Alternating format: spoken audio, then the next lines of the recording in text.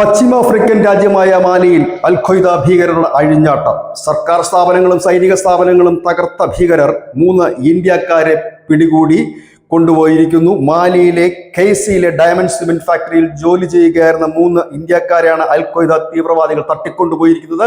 ഇവരുടെ മോചനത്തിനായുള്ള ശ്രമം ഇന്ത്യൻ സർക്കാർ തുടങ്ങിക്കഴിഞ്ഞിരിക്കുന്നു.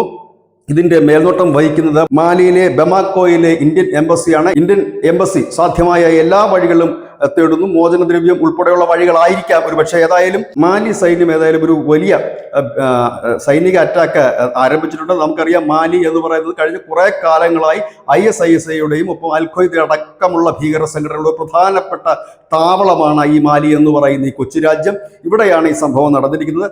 ഇന്ത്യൻ എംബസി ഇപ്പോൾ പറയുന്നത് മാലിയിലുള്ള എല്ലാ ഇന്ത്യക്കാരും ജാഗ്രത പാലിക്കണം, പ്രാദേശികമായിട്ടുള്ള നിയമങ്ങൾ അനുസരിക്കണം, മുന്നറിയിപ്പുകൾ കേൾക്കണം. ഒപ്പം തന്നെ ഇന്ത്യൻ എംബസിയുമായി എത്രയും പെട്ടെന്ന് ബന്ധപ്പെടണമെന്ന് കൂടി ഒരു മുന്നറിയിപ്പും നൽകിയിരിക്കുന്നു. രൂക്ഷമായ ഏറ്റുമുട്ടലാണ് മാലിയിൽ നടക്കുന്നതെന്നാണ് പുറത്തു വരുന്ന വിവരവും. News desk news India Malayalam.